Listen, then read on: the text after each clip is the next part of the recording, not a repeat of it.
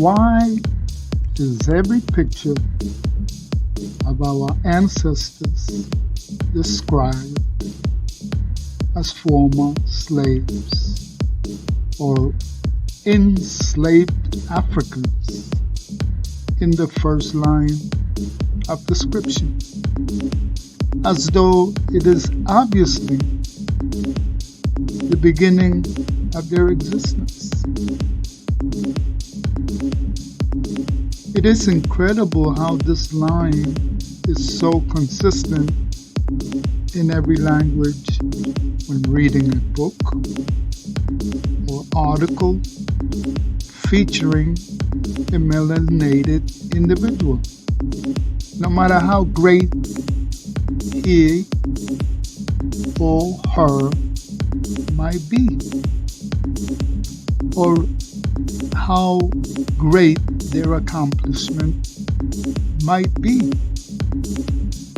First line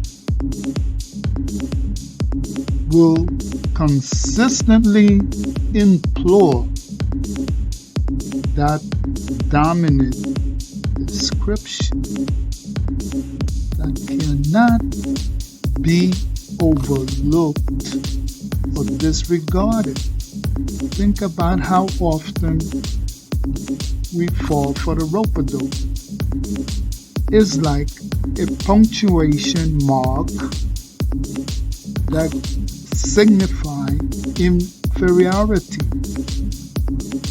like a steel collar that cannot and should never be removed.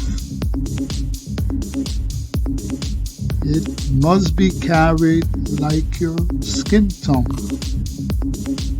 a reminder of misery that must be carried forth until time immemorial if we don't correct it.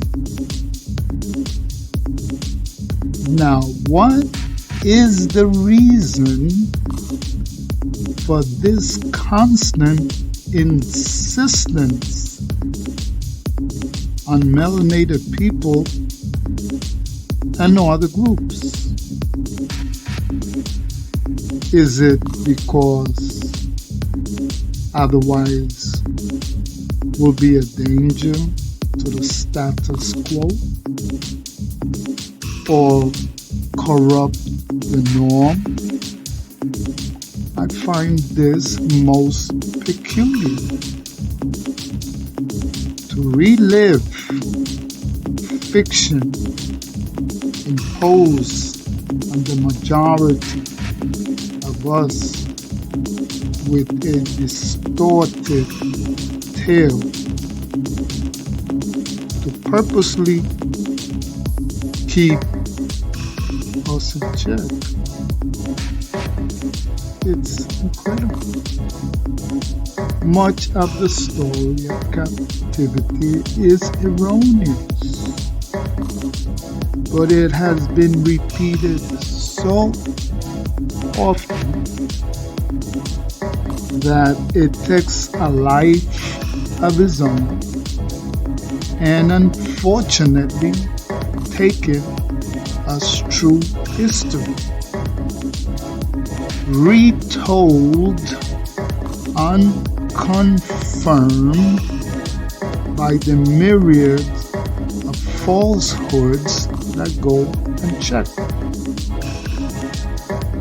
and further inflamed by movies, television programs, magazines, newspapers, and the social media. There is always the insistence on this term,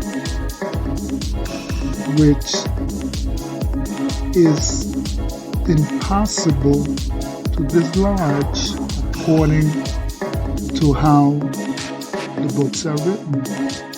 In other words, history carried forth in these books insists upon this label, And those are unfortunately the only history books most of us are reading.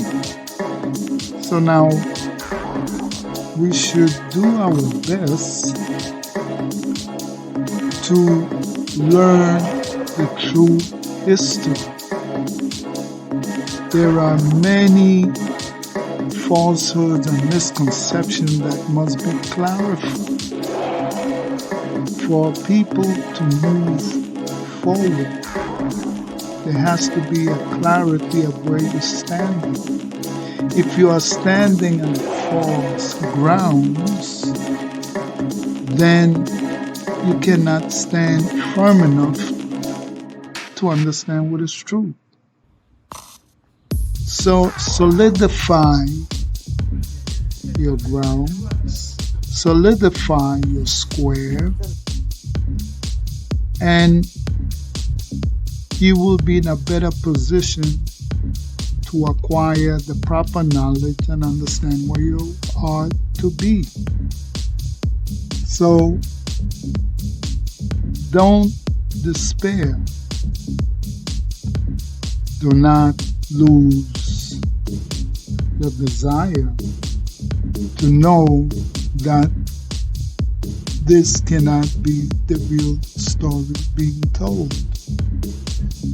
There are many times I've searched through different books only to find a similar story being told, for example, in many of the South American countries about the indigenous people.